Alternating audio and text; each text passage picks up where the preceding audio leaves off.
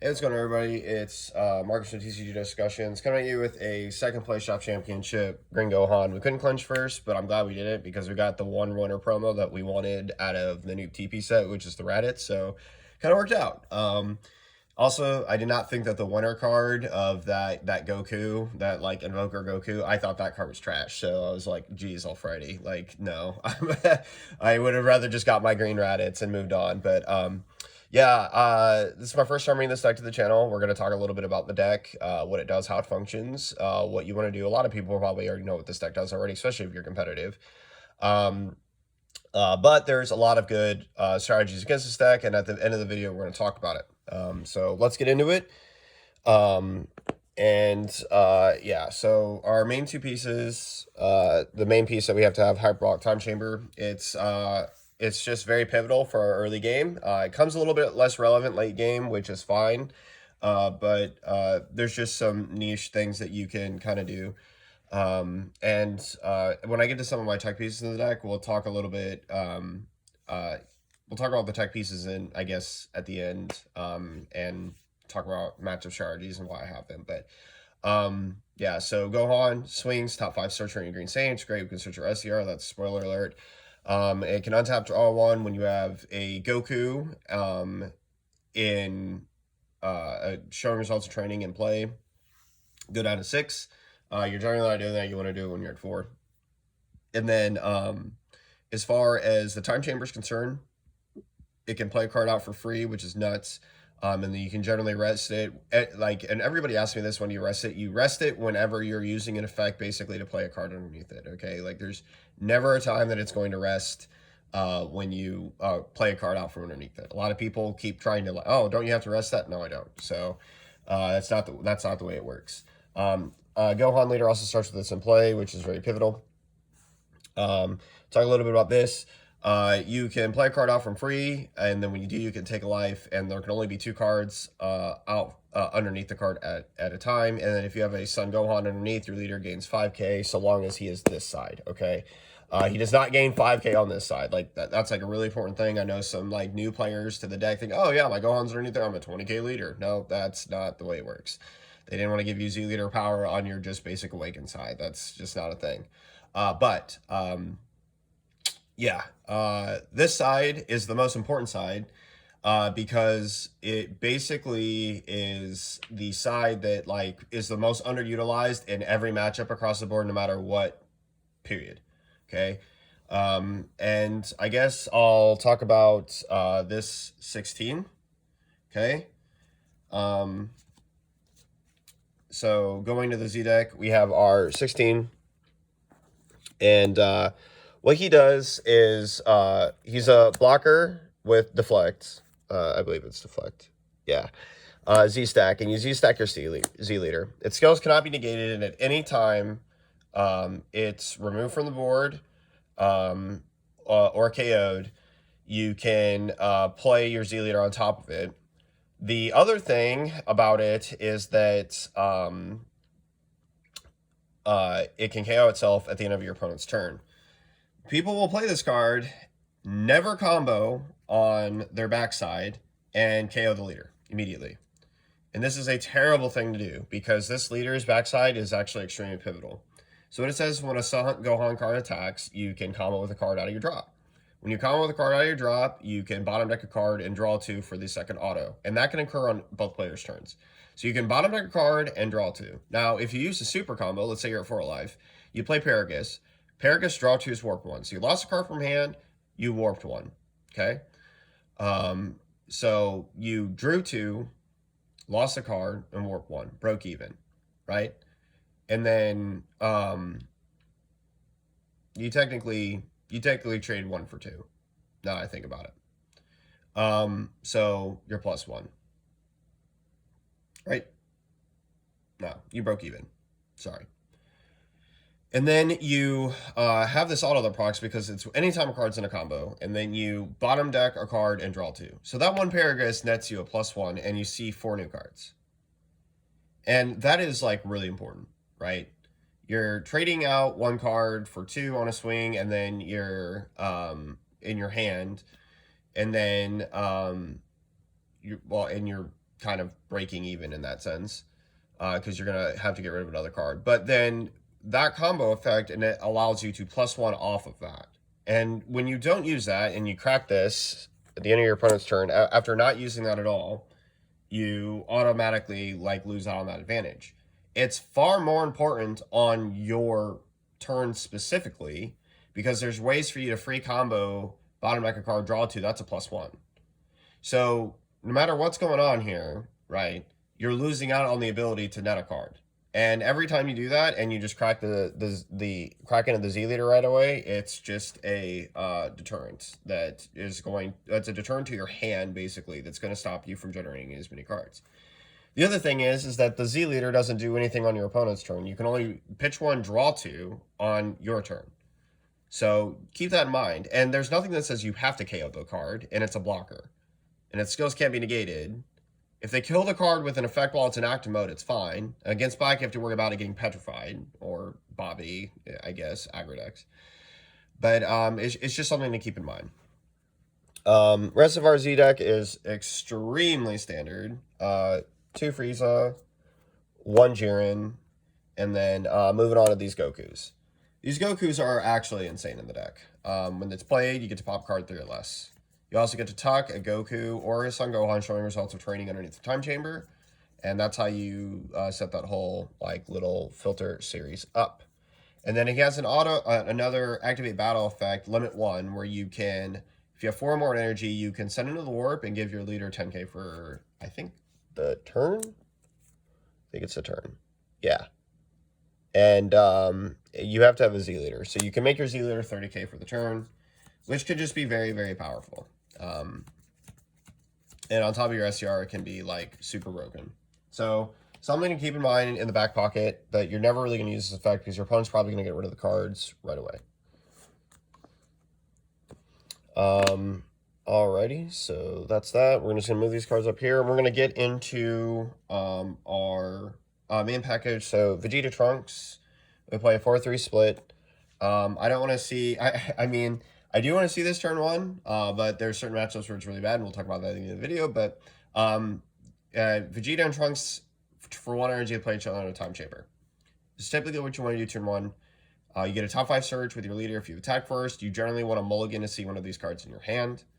If you don't, you're really hurting. So it might be worth bumping it to 4, just for like the strategy alone. But that's just something to consider, right? Consistency wise. But this ratio worked out pretty well for me in the shop championship. The way it goes though is you use time chamber, play a card out for free. You can take any amount of life you want, up to 2. And then when he attacks, he gains he'll gain 5k for the turn for being played out from underneath. And then you can then swing and then combo the Trunks out from underneath the time chamber. So it's a 20k. You're going to draw a card and he gains critical. So it's a 20k crit swing. And then you can also use him in a combo for the rest of the turn. So your leader can then combo and then combo that for a 15k swing. And you've basically generated 2 Z energy, which is really, really efficient. And all this costed you 1 energy on your first turn, and this is all basically for free. And then when you've charged a Z energy, like the Trunks, by the way, that's an auto to combo the Trunks, so if they negate the attack, it doesn't matter. The auto still procs, and you're still going to get to draw a card and charge the Trunks. That's when you can typically go into the Goku. If they have a battle card to pop, 3 or less, you'll pop that card. And then you can then use the Vegeta to swing with this. When you swing with this card as the free combo for 15, and then because this card tucks a Goku showing results of training or Gohan, your unawakened leader on this side is going to gain 5k. So you have a 15k swing, a 15k swing, a 20k crit, all for basically 1 energy. So we have 1, 2, 3 attacks. We can get a little bit aggressive and do some stuff to our opponent. So pretty good. Let's flip you over. Next, we play 4 Son Goku, showing results of training, and 3 Gohan. Again, this is it's one of those cards combos for the deck that is just like really, really good. When you tuck a Goku underneath, with the Goku Z battle card, you're going to be able to place one of these underneath. And then because that Gohan's going to be underneath, your unawakened leader is going to be 5k, which is nice. Being 15k means that, you know, especially against certain aggro strategies, which it's not mattering very much anymore, your 15k leader just is going to make them potentially cost more cards against the low end swings. So what do? When the Goku's played out from underneath, he gains 10k per return. He's barrier, so against Trunks Cheetah, this card's insane. Because it basically makes the Trunks Cheetah completely auto-fizzle. And then with the Goku, he has an ability for you to activate main to sack him to the drop area. You'll draw a card and play a Gohan out from underneath. The Gohan, when he comes in, he KOs a card, like period, which is really good. And then when you combo, if there's a Son Goku with a Son Goku in your combo area, you can remove 2 markers off of Unison. Now, when your leader's awakened, you can combo with the Goku for free, which is really important. And between the life management of Time Chamber, you can definitely always do this turn 2 if you wish. Although I don't generally recommend trying to awaken on turn 2 if you can avoid it. Turn 3 is best, but there's, again, strategies that can force your hand. You cannot play as the 15k leader on the other side because it just doesn't net you cards on your opponent's turn. And so you're spending that cash a lot. So it just depends on your hand, but yeah. As for this combo, it's really good. Because again, you're going to get to net or draw a card. So the card that you quote unquote lost a place under, you're going to replace, and you get 2 new cards for it, which is really, really, really good. Next, we play 2 Krillin Battle Support. Probably going to cut this card because I'm going to try and take the deck in a different direction that I think that the deck needs. But yeah, it's pretty good. Top 5 search, and then has an activate main if there's a skillless card in your combo area, which the Goku will be skillless based off its play from the leader, from the drop to combo. You can draw a card and place this card to the energy when it's used in a combo, which is really good, but it generally just does not live. Some standard cards, we have 3 Kaioken Goku, and then 2 AP Boys. These cards are really good, especially turn 3, because we want to be able to use one of our energy efficiently for untap 1, draw 1 to awaken, just depending on what that is. As for the Goku, being a 15k crit that can make himself a 25k crit is really good. And when he's played, your opponent's going to drop a card. This card is just a 19k beater crit that basically says, hey, I'm a free beater with 19k crit because I have a I'm a green deck with a field spell in play. Next is a card that I want to talk about a lot, and I kind of want to talk about it in reference to this card. So, number 1, these cards never really get dead in your hand with like 10k clog ups because 1, you have discard effects if you really want to get rid of them, but like 2, the bottom line is at the end of the day, one of these cards costs energy and the other one doesn't. So Surprise Attack Frieza comes in for free if you KO a card. And let me tell you, this card KOs a card, Gohan KOs a card, your like 8-drop KOs a card. So there's almost never a time when this card is not live. Also, they serve basically the same purpose in terms of pressure. 19k can't get over 20, so it's going to cost you a card. 15k can't get over 20, so it's going to cost you a card to match. So basically, they serve the same thing. The only difference is that this one costs you energy and one doesn't. And one has more common power and the other one doesn't. This card can get a little bit cloggy in your hand, but it doesn't have unique. So when your opponent loses a card off of a KO and you have 2 or 3 of these in hand, all 3 can come down for 15k crit swings, which is insane. It can just immediately turn the pressure like way, way up on your opponent. It's a card that I think is better than the Vegeta because basically you can use that energy on different things. So just something to consider and think about. But Surprise Attack Frieza is very good. We do not play the Ball Engine for 2 reasons. 1, I like consistency, and although it is hand destruction coupled with a lot of pressure, it just kind of matters to me that I need to have pieces of other cards in order to make them function. Like if you draw the other Frieza, it has 0 function and you don't want it in your hand. So it'd be one of those things where, like, if I did end up playing that package, I'd play the Gohan super combo over this, so I could bottom deck the Frieza, get other cards, or bottom deck it with this effect in order to continuously see my cycle correctly. But Paragus is insane because you get to draw 2 cards first before you warp a card, which is just actually better for the deck. But the Gohan super combo can work pretty well. So yeah. Next, for our 8-drops, we play 4 of them. This card is absolutely insane. When it attacks, you KO a card ignoring barrier, and then your opponent discards a card from their hand. If you combo with a card from your drop area and it's a Son Goku with a cost of 10k or more, your opponent puts a life in the drop. When it's got deflect, double strike, 35k, it's minimal going to be a 35k double strike when it's played. Opponent has to have 3 more energy to play it, and when you play it for 2, it gains barrier for the turn. So again, Trunks Vegeta cannot do a dang thing really against this deck, because let's say that they go first. The only time that Trunks Vegeta card is ever going to be relevant is, so the Trunks barrier blocker, the only time it's ever going to be relevant, period, for the game, is when you basically go for the Trunks Vegeta play. And then depending on what cards you have in your hand, it could be completely and utterly irrelevant. It just could be completely irrelevant. If you're going into your turn 2 after they've done that, and you have the 1-cost Vegeta that has barrier or another cantrip that you can play, you just don't care that that card gets tapped. And so you can just continue on with your aggression. It doesn't really do very much.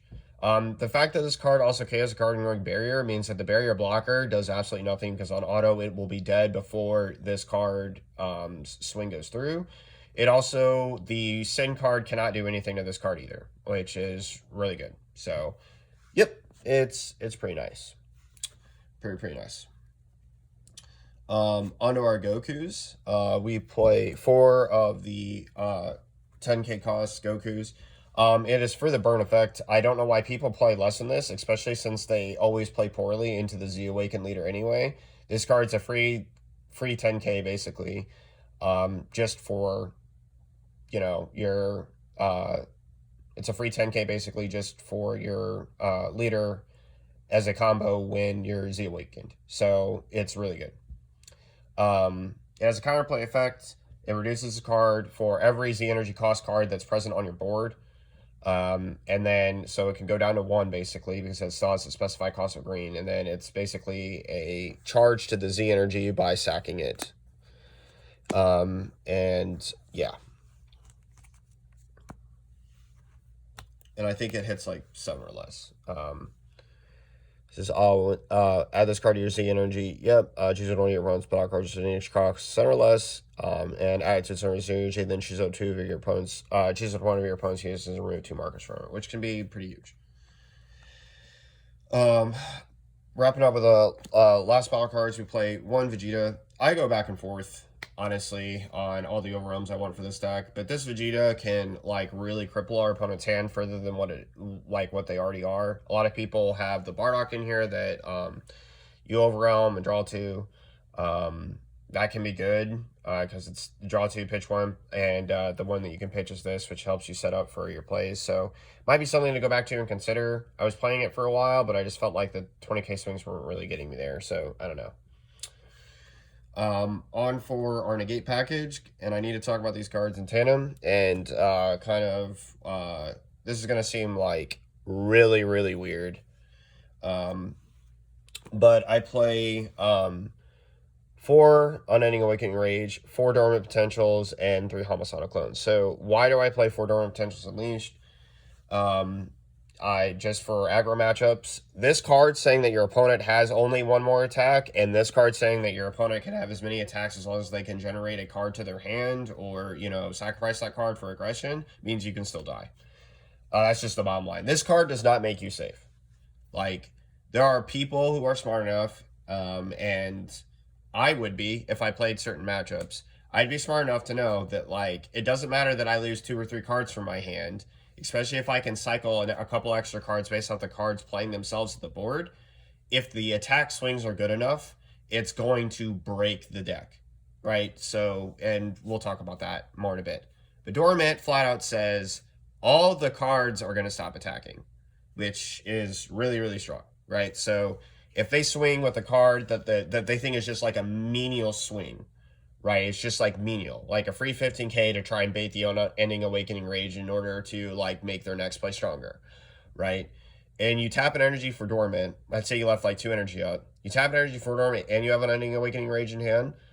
That means that like you're going to start negating a little bit of cards a little bit here and there.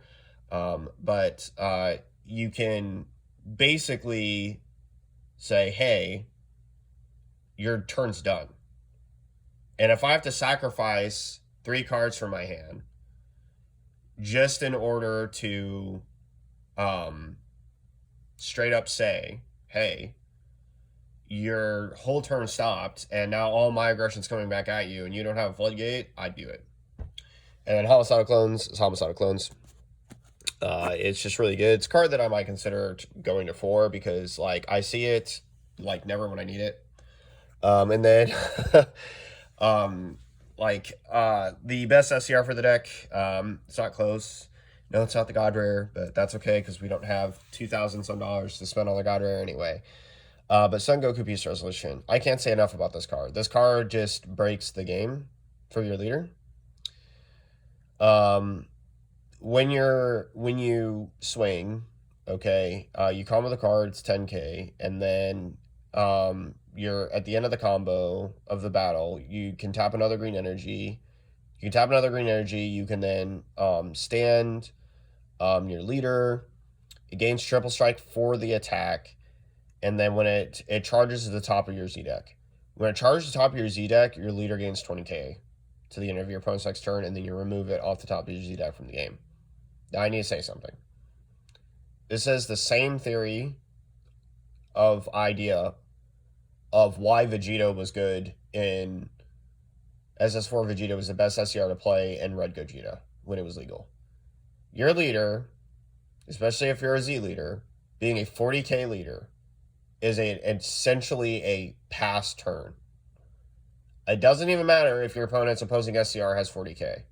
If you're already 40k, that means any attack at your leader from a 40k card is useless. Because, number one, like, they go on Beast or anything. If they, like, it's just not going to matter. Especially if you Unending Awakening Rage. Because your opponent's not going to spend cards from hand and then swing and combo up to 40k. Against other SCR swings like Gohan, Beast Gohan, whatever it is. Your opponent is not going to want to handle that. Period. They're not going to want to handle that. They're just not going to want to spend cards. And the only card in the game is like Mira, and then like Oolong comping Mira, which needs to get errated. So this makes your leader extremely safe. Even if you're not Z Awakened, it's 35k. And again, your opponent's not going to want to spend all those cards in their hand with like Unending Awakening Rage behind the card. It's just not going to happen, and they're going to lose. This card can also auto-steal the game on the spot. Auto on the spot. Next, let's go to the side deck. We have 2 Gohan, standard, 4 Majin Vegeta, the Exterminator, for the mirror. This is obviously for blue and other decks that want to rely on unisons. 2 Big and More, 3 Big and More. This card is for the mirror, and I can tell you that it absolutely wins the mirror match immediately. If you don't believe me, I guess I'll just explain the card. The way this works is that, let's say you both go into turn 4. Okay? And your guys are going to spend time killing each other's cards. That's just the way that the game's going to work. You're going to be KOing each other's cards. There's not a lot your opponent's going to be able to do. So what Big and More does is it turns off your opponent's cards from being able to attack from 5 or higher. Okay, which essentially says Goku and the 8-drop. So the crit Goku, the 8-drop, they're not swinging, period. And what that does is it says when I play the 8-drop, you are going to lose a card from your hand and lose a card ignoring barrier. And then when you play the 8-drop, it means nothing. Or you just might as well not play the 8-drop and play something else that's much weaker and less effective and doesn't do as much. Every single turn that you play this against your opponent in the mirror, they ought to lose. Any cards that are going to get discarded from your hand for lower effects like Frieza are going to get replaced by this card, and then you're going to discard it, play it, draw a card, and have a combo to get out of the Frieza attack. So you see what I'm saying here? And you just essentially blow the mirror out.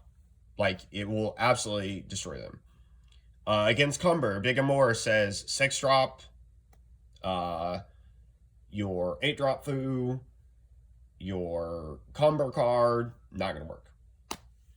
Okay, so it has a lot of applications, but especially in the mirror, you are absolutely crushing.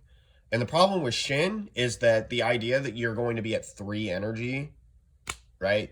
I'm going to be at 3 energy in order to, you know, get all these things going, yada, yada, yada, like, is ridiculous. It's nonsense.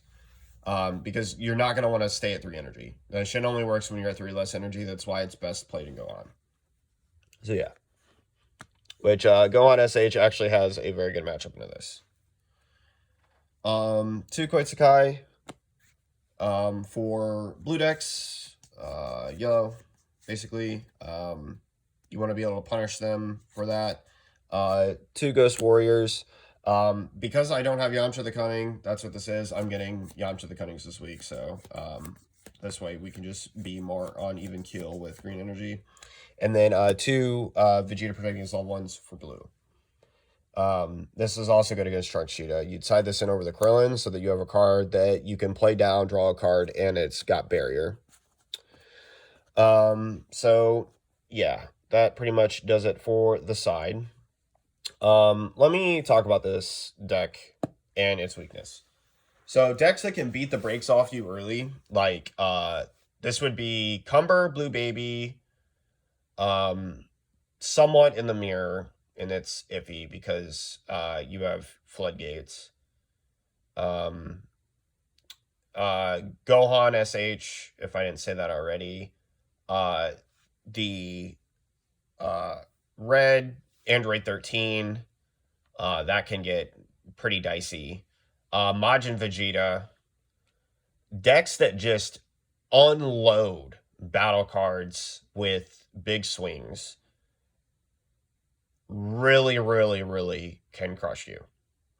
Especially if you go second. Okay? So let me kind of give you a synopsis. If you're going first, you tuck a Vegeta after charging an energy, you tap that energy, and you net no cards, which means whatever aggression they can do turn 1, which isn't generally very much for most decks, because we're not playing back in set 3 Mecha Frieza days. You basically, at that point, right, you're in a position where they can maybe attack you once, and then you get to have a 20k crit, a 15k swing, right? So you're going to be putting the pressure on them, and you're still going to have an energy back for whatever comes the next turn. And if that turns out to be dormant or unending awakening range, you're going to be fine. The inverse of this, though, is very different. Because decks on turn 2, like I just explained with what this deck's line of play is, let me explain what Son Gohan SH can do. It can play a Z-Battle card that swings for 10. It can then, after playing that card swinging for 10, it can swing with its leader. It can untap 2, draw, untap 2, take all the way down to 5 life to awaken.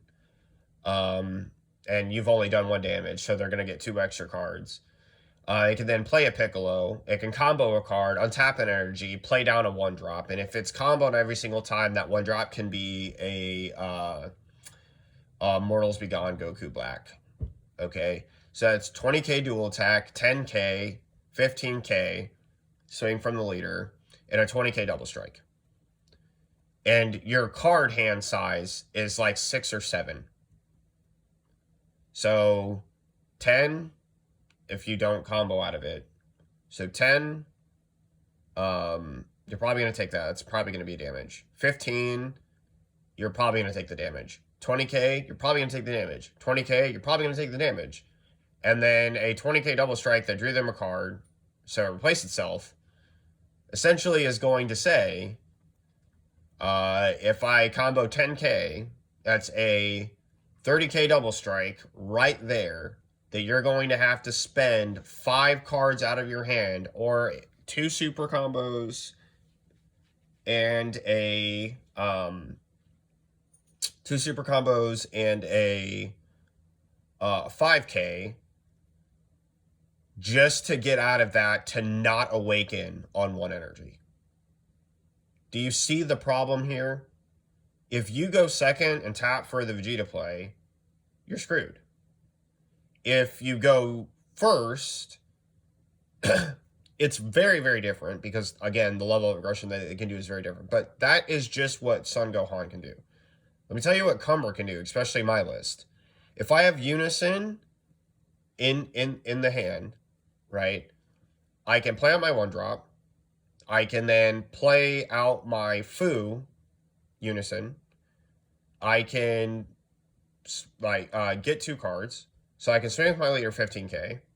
I can play a card to your board, bottom deck, draw another card. Then I can swing with my Unison, play out the Cumber from underneath, swing with another 15k. That's 3 attacks. 3. It gets so much worse if you went first, because if your opponent goes first, this is what's going to happen. Right? You're going to you're going to have battle cards. So your opponent, if they have the 6-drop and you're going to have 2 energy and you're going to have 2 energy, they're going to give you a card. And then they're going to play the Cumber dual attack card instead of the Cumber out from underneath it. And so they can play the Unison, play the Cumber card. And then the Unison's going to buff the Cumber card by 10k and give it Servant. So then it's going to be 29, 29, 15, 15. All 4 damage is just going to be gone. It's going to be gone. Just like that. And so, like, you can see that your opponent can beat the brakes off you very quickly. Xeno Trunks, right? Same problem. There's a myriad of ways that deck can play into... So this is Super Saiyan God Trunks. There's a myriad of lines of aggression that you can play. But trust me, it can make you uncomfortable very quickly. It can swing 4 or 5 times. Like if it plays like the one of the blocker guys, it's 10k. On its, turn 1, it plays the blocker, it's 10k. And then turn 2, it hits Unison into Kai. Kai allows it to awaken. Draw 2, warp 1, untap 1, draw 1 to awaken. Their hand size is going to be huge. They're going to have like 8 life. Right?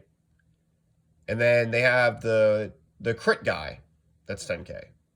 And they have a Trunks that like auto comes in for 1. You have a 10k swing, a 10k critical, a 15k swing from your leader, draw 2, warp 1, a 15k swing from the Unison, and a 15k swing from Trunks for free that they'll probably combo because they're going to get a few cards on there. They're going to draw 2, warp 1 more. And again, that's 1, 2, 3, 4, 5 attacks all on their second turn. Without immediately flooding your opponent and just basically negging 2 with Unending Awakening Rage, I don't know how you fend that, especially if you went second, right? That's not good. Because your hand size compared to theirs and life size is going to be extremely, extremely different. And that's one thing about some of these decks. They generate a lot of card advantage. And keep in mind, right, as long as it's black, so everyone's like, yeah, well, Cumber can't really do anything on the crapback with turn 3. If they leave an energy up and decide not to tap for something, your turn 3 8-drop Goku is just going to die in the abyss because it's going to get petrified. And then Cumber has a bunch of free negates, right? Black has a lot of free negates. Blue has a lot of things that they can do. So this leader is not unbeatable. Against a slow deck, it's probably toast. The only slow deck in the game that can like even stand a chance against this is Android 21. But the opening play lines, if you see it correctly and do not break, aka you don't draw a Vegeta or Trunks, you're probably going to be winning that matchup. So these are just some things that you have to consider about this deck. And there are a few ideas that I have to remedy that. And things that I want to do for the deck. I want to look at a unison that you could possibly play in the deck that may be better instead of some of the other cards in here. Because I'm going to be 100% real with you. Charismatic Villain in this deck would be insane. It just would be. Okay, if this deck could play efficiently a Charismatic Villain, it would be nuts. And my whole purpose of playing 4 Dormant, right? Sorry, let me find the card. The whole purpose of me playing Dormant is to address the very problem that we're talking about. So, every turn you see this card, it is worth the -1 if you're at high life. Every turn you see this card, when you're clearly winning in the game state and your advantage, your opponents are going to auto lose. It's just simple math. They can't attack and you can. And your cards can burn them, make them lose cards, and all these other things. But if you could play this card for free because you had a unison, and I don't know what that unison is yet. Like, I don't know what to play. Turn 2, sacrificing what you normally do just to play a unison, establish card to draw a card may not be the play. You know, even though, like, the Goku itself, I mean, you could still do the entire Goku play and still be safe if you had a unison. I don't know. I don't know. What I do know is that, good Lord, if you could get a effective way to have Dormant on there all the time, it would be really good. It'd be really good.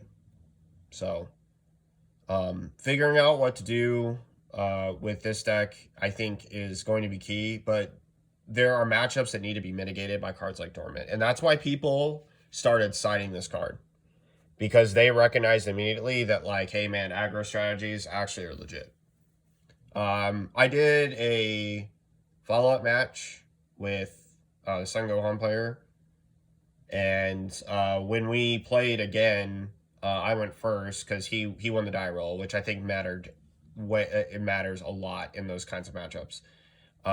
But because he won the die roll and I saw Dormant 3 times, he lost. He can't, like, the deck can't attack. So yeah. That pretty much does it for the deck breakdown and matchups. You generally do beat slower decks if they don't have, like, obnoxious floods like the 821 full power counter. That card just comes down and kind of poo-poos on the deck. But yeah, other than that, that's pretty much it for this video. Thank you guys so much for watching. I'll see you guys in the next one. It's Marcus from TCG Discussions signing off. Laters.